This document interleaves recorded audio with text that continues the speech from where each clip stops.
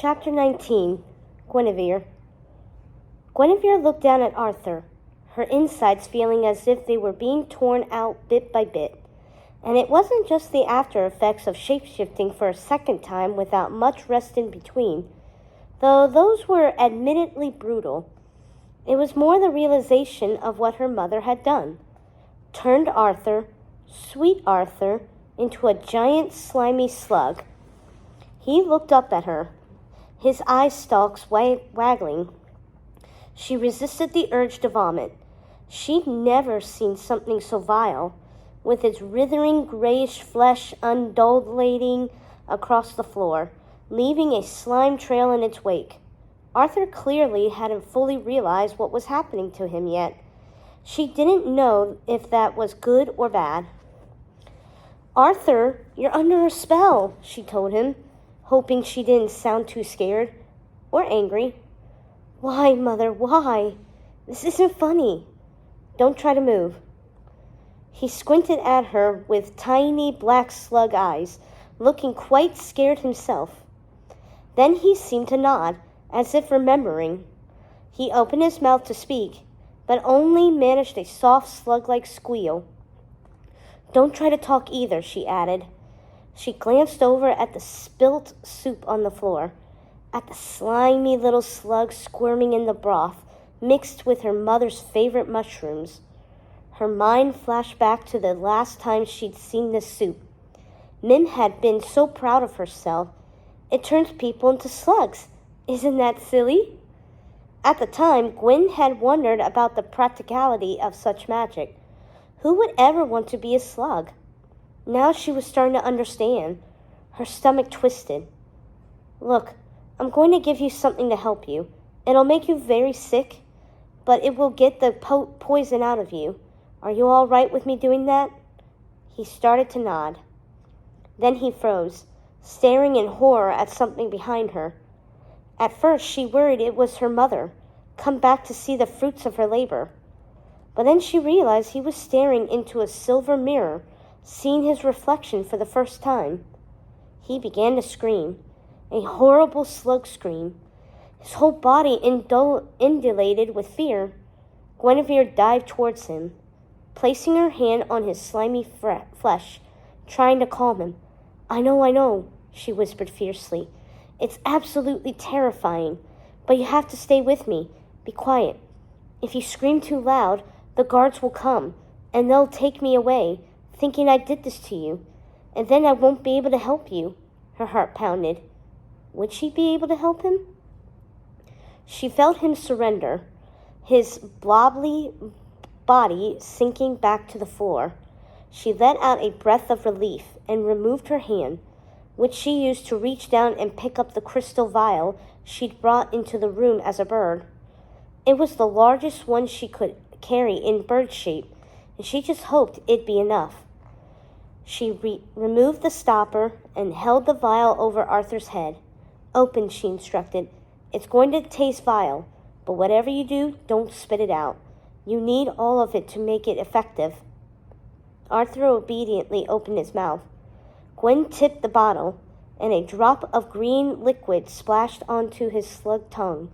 He winced, looking as if he wanted to throw up from the taste, but forced himself to swallow the medicine down, not wanting to waste a drop. Guinevere continued to drip the potion into his mouth until the bottle was completely empty. "I know, it's horrible, but unfortunately what happens next is going to be even worse," Guinevere apologized. She ran over and locked the door. Then she grabbed the water bucket by the hearth. She brought it over to Arthur, just in time for him to vomit into it. Bright purple vomit. "Oh, Mother, you promised." But then, her mother had kept her promise, hadn't she? At least technically. Guinevere had asked her not to hurt Arthur, and she'd stuck to her word, instead doing absolutely the next worst thing. Guinevere grimaced, imagining her mother's glee as she concocted her plan. Why, she probably thought it was perfectly hilarious. In fact, she was probably on her way back to the cottage at this very moment to brag about her cleverness over dinner. What would she think when she learned Guinevere had interfered again, thwarted yet another of her plans? Guinevere shook her head, turning her attention back to Slug Arthur, who was writhing on the ground. As his body twisted and turned, it began to morph new parts. First an arm, then a leg, then another, until, poof, he was fully human again. Did it work? Arthur's eyes shot back to the mirror. He let out a shrill laugh. Oh, my heavens! I've never been so happy to see my scrawny little body in all my life. Guinevere smiled at him, relief coursing through her. She rose to her feet. You'll probably feel a little rough for a while, she told him. But you're going to be all right. She reached down and took the pail, then went to the window and dumped the contents out. She wanted to dispose of any evidence. Then she turned back to Arthur. Get some rest. I'll talk to you later. She stepped towards the door. Wait, Arthur called after her, his voice anxious. You're leaving? She stopped in her tracks. Well, yes, she stammered, turning to face him again. I shouldn't be here at all. It's not proper for a servant girl to be in the king's chambers, unoccupied. It is if she saved my life, Arthur shot back, not missing a beat. He struggled to sit up. Besides, you're more than a servant. You're my friend. His eyes, large and blue and earnest, locked on her face. Please stay with me. I don't want to be alone right now. Guinevere's heart panged at the desperation she heard in his voice, and suddenly she felt immensely guilty about all she'd done. She'd been angry at him for lying to her back in the forest, and yet now she was doing the same, though her deception was much, much worse. He trusted her, and she was betraying him with every breath. Maybe he wasn't meant to sit on the throne of England, but he didn't deserve this. No, she needed to stop this. Now. She needed to walk out that door and never come back. He would be sad, of course. She'd be sad too, but it was for the best. Nothing good could come of this dangerous game, and if he ever learned the truth, that the girl he trusted was nothing more than a liar, a part of Mim's scheme from the start, she shook her head. She couldn't bear the thought. Better she just walk away, even if it hurt her heart to do so. She started towards the door again, but before she got 3 steps in that direction, she felt arms wrap around her, Arthur pulling her into an embrace. For a moment she stiffened, her heart in her throat, wondering if she should pull away. But his arms were so strong, so warm. Instead, she found herself turning and melting into them, laying her head on his shoulder. She wrapped her arms around his back, embracing him fully, and pushed all the doubts and guilt and worry deep down inside. Thank you, Arthur murmured against her shoulder. I don't know what I would do without you. The guilt raged again, almost suffocating her, and she forced herself to untangle from his arms and step back to put distance between them. I'm just glad I could help, she said, hoping he couldn't hear the tremble in her voice. He smiled at her, such a genuine smile it broke her heart. Then his eyebrows furrowed, as if something had just occurred to him. I think my head's still a little foggy. He closed his eyes and opened them again. I was so out of it, I honestly thought you came in through my window as a bird. A bird? Guinevere had hoped perhaps he had been too sick to remember that part. She tried to make herself laugh, as if it were the silliest thing in the world. I know, Arthur blushed. I told you I was out of it. He looked up at her. You came just at the right time, he mused. If you hadn't... His voice trailed off, as if he didn't want to say what could have happened. How did you know to come? He added. And how did you happen to have the antidote on you? His voice held confusion, but not suspicion, which made her feel even worse. Guinevere thought fast. I was coming to your room to deliver your dinner, she explained.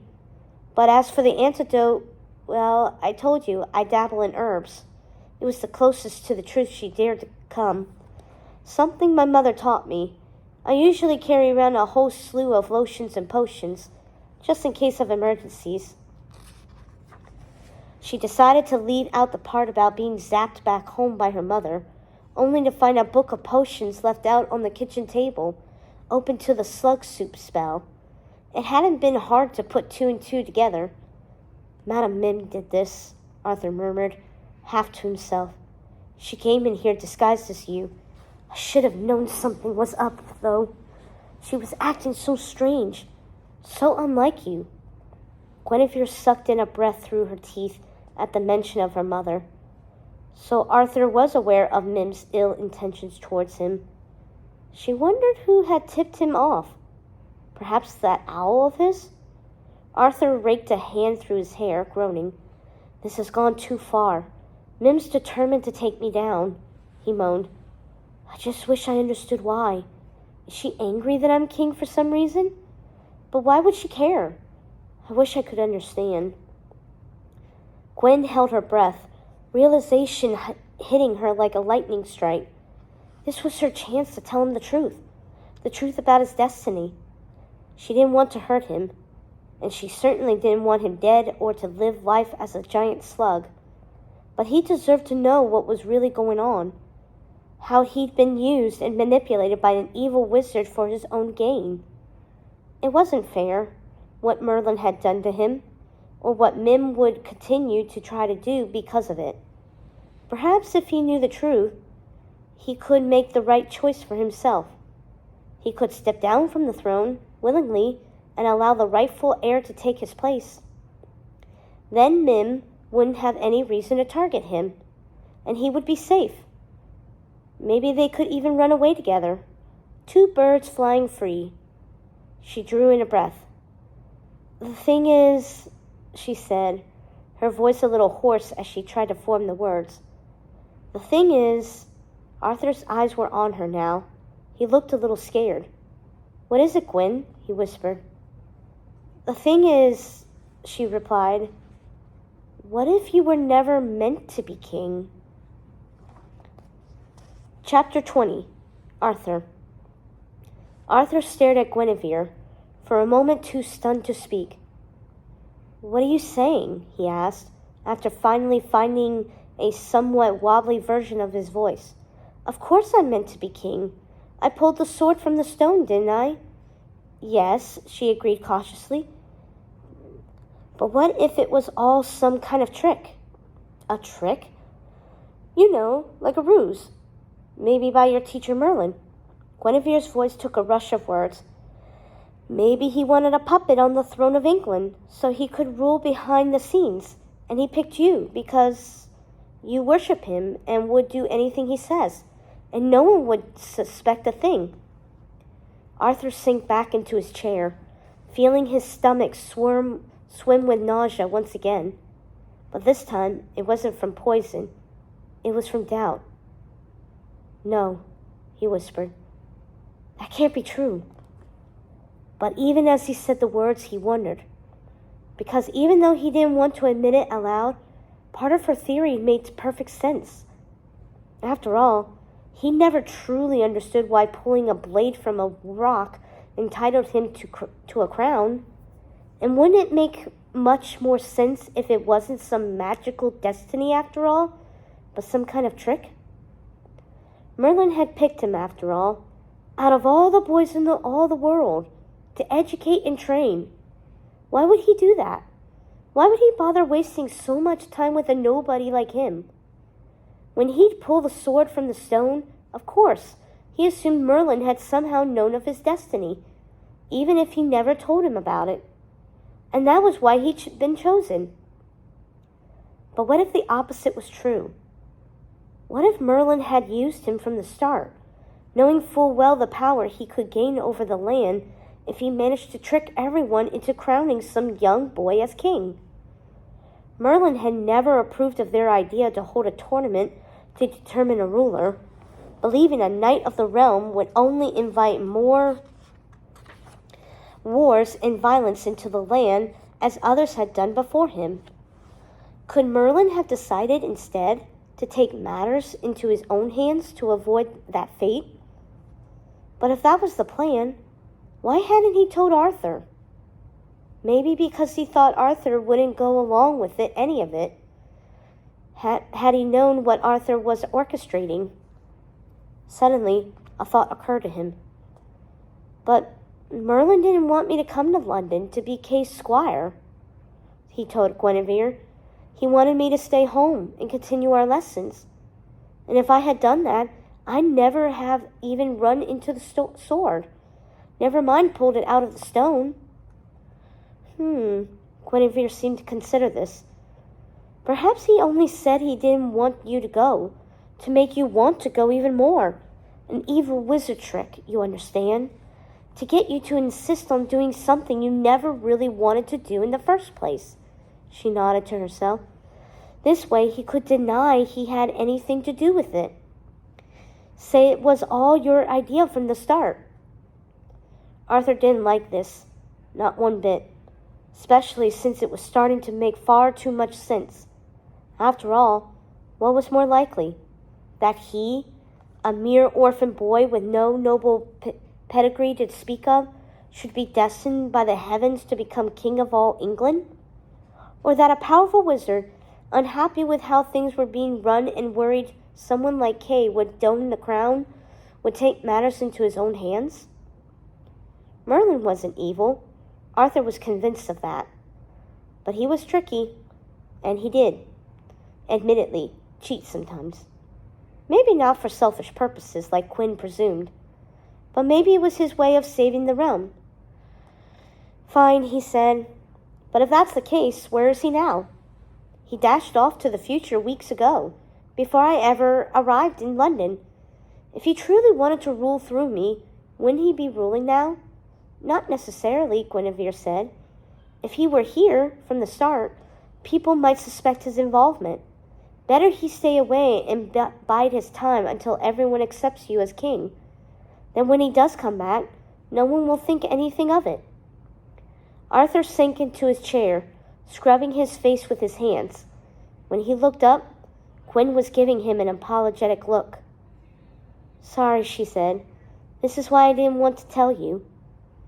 Do you think other people believe this too? He asked, his stomach churning. Are people saying this behind my back? That I'm nothing more than an imposter king? She nodded slowly. Arthur groaned. He leaned back in his chair, staring up at the ceiling, which had been painted in fancy gold swirls that twirled around one another in complicated patterns. He'd never seen a painted ceiling before coming here.